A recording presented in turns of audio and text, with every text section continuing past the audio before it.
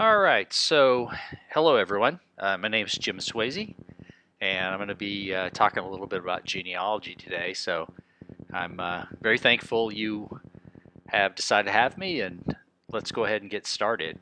Um, so what I'd like to talk a little bit about today, I think I've got about 15 minutes or so. I'll start out by telling you a little bit about who I am and how I fit into the whole DJS picture.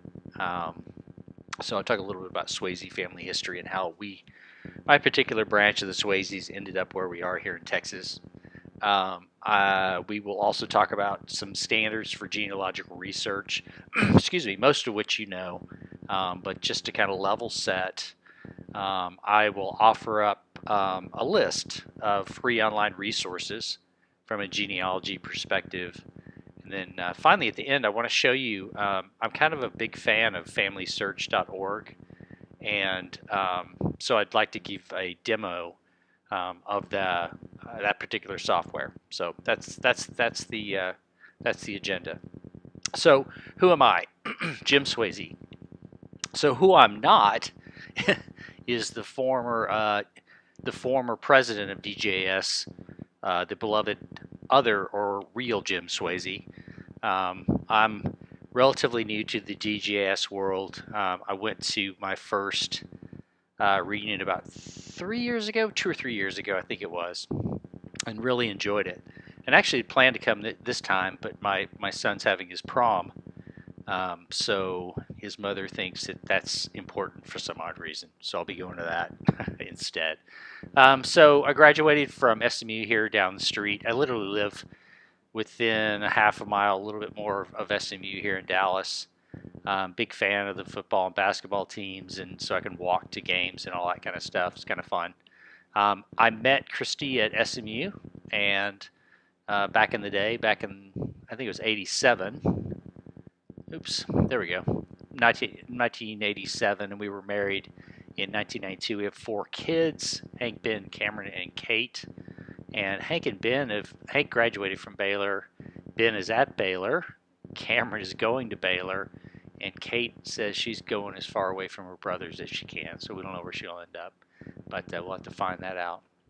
And I'm a descendant of both Richard and the Reverend Samuel Swayze. I thought that was kind of interesting as I was looking through this. So here's a chart. You can kind of see the descent. So you got Judge Samuel at the top, but you'll notice we've got Richard on the left and Reverend Samuel on the right. And so from a Richard perspective goes Richard Jr., who I'll talk about in just a moment. Actually, it was either Richard Jr. or Gabriel got a land grant in Yazoo County, so 150 miles north of Natchez, I think. And so we were probably about the early 1800s, mid 1800s, something like that. I'll talk about in just a moment. We actually ended up leaving Natchez, but I'm getting ahead of myself. So we got Richard Jr., Gabriel, and then it goes down: John Alexander, Stephen, Walter Gabriel, who was my great grandfather, who died in the Great Flu epidemic of 1919 in San Antonio. My grandfather Bill Swayze, who ended up being controller of Exxon, and I think was elected to the board of Exxon when he had a heart attack and was forced to retire. My father Steve, whom some of you have met actually, he's been to the reunion a couple of times, I think, and then me. But Mississippi being what it is, I thought it was interesting. You've got Reverend Samuel on this side. One of his children was named Nathan, as many of you are aware, and Nathan had a daughter named Lydia. Well, Lydia married John Ormsby. They had a child named Mary, and Gabriel ended up marrying his cousin, Mary Ormsby, and so that's how I end up with actually both Richard and Reverend Samuel in my particular line. So I thought that was kind of interesting. Okay, so I'm trying not to dwell too long on my own personal history before we get into some other stuff, but I thought it was interesting. Just some of the research that I've done recently. Um, so first of all, I don't know if there's anybody there today or anybody there at the reunion who has, um, has the roots in Yazoo City or Yazoo County, but I thought it was kind of interesting how this happened. You've got Richard Swayze Jr. in 1832, according to, I can show sources on this, and it's funny, I'm not showing sources because we're going to talk about that in a little bit, but Richard Swayze Jr. received a land grant in Yazoo County, right? So he was in Adams County, received a land grant up there, and if that figure is correct, he would have been 90, I believe 90 years old, so I thought that was kind of interesting. But his son, at least his son Gabriel, and his family, probably others as well, left Adams County and traveled.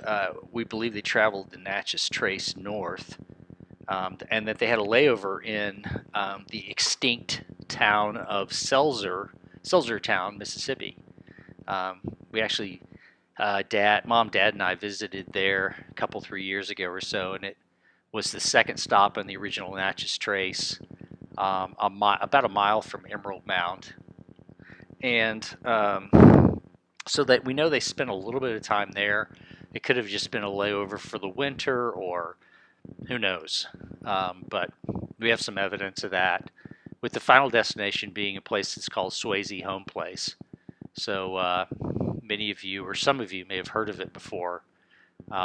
This is actually from from visityazoo.com. They give one of their pages is the Swayze Home Place, and it says, you can probably read, but for at least 5 generations, Swayze Home Place has been farmed by the same family. Richard Swayze received an original land grant in 1832. His first home, I don't think he made it up there. He was but it's possible. But anyways, the first home that was built there still stands. It's now used as a tool shed, and the present home was built in the 1850s. So I thought that was kind of interesting stuff. But yeah, you can find that out on visityazoo.com. All right, so from Yazoo County, Texas. So we were there for actually let me see if I can figure that out. Probably about from 1840 to about 1900, so about 60 years or so. My particular line was there in Yazoo County. And then around the turn of the century, we know that Gabriel's grandson, and so Gabriel would have been the one who, born in 1790, would have probably, again, taken his family and others, or gone with others, to the land up in Yazoo County. But Gabriel's grandson was named Stephen Luce Swayze, and his great-grandson was Walter Gabriel. And you'll remember that was my great-grandfather who died in the Great Flu Epidemic. So they left Yazoo around the turn of the century. We think that it was potentially because of the boll weevil, although it's questionable as to exactly why these guys left. Maybe they just wanted to, put gone to Texas on their wagons or something like that. But anyways, they end up leaving, and we know that they settled in a little town, beautiful little town called Utopia, Texas, which coincidentally is, well, this guy keeps coming back up, doesn't he? The home of the former DGS president, Jim Morgan Swayze, or Jimmy Morgan Swayze, who's a great guy. I've enjoyed talking to him and emailing back and forth. And then how we ended up in Dallas is my grandfather Bill moved to Dallas about 1940 or so. Dad was born in 41. Bill met my grandmother at University of Texas, and they got jobs up here, and so moved to Dallas to start a family. Okay, so we've just talked about who am I. We're going to talk next get into the genealogy part, talk about genealogical research guidelines, give some free online resources, and then the demo. So the guidelines for sound genealogical research. So this is from the National Genealogical Society. I just think it's a good level set. And basically what it says is that genealogists should, first of all, recognize that information can come from a variety, various types of sources, documents, artifacts, genetic testing reports, sometimes tombstones, etc. But that it's important to consistently record the source for each item of information you collect if possible.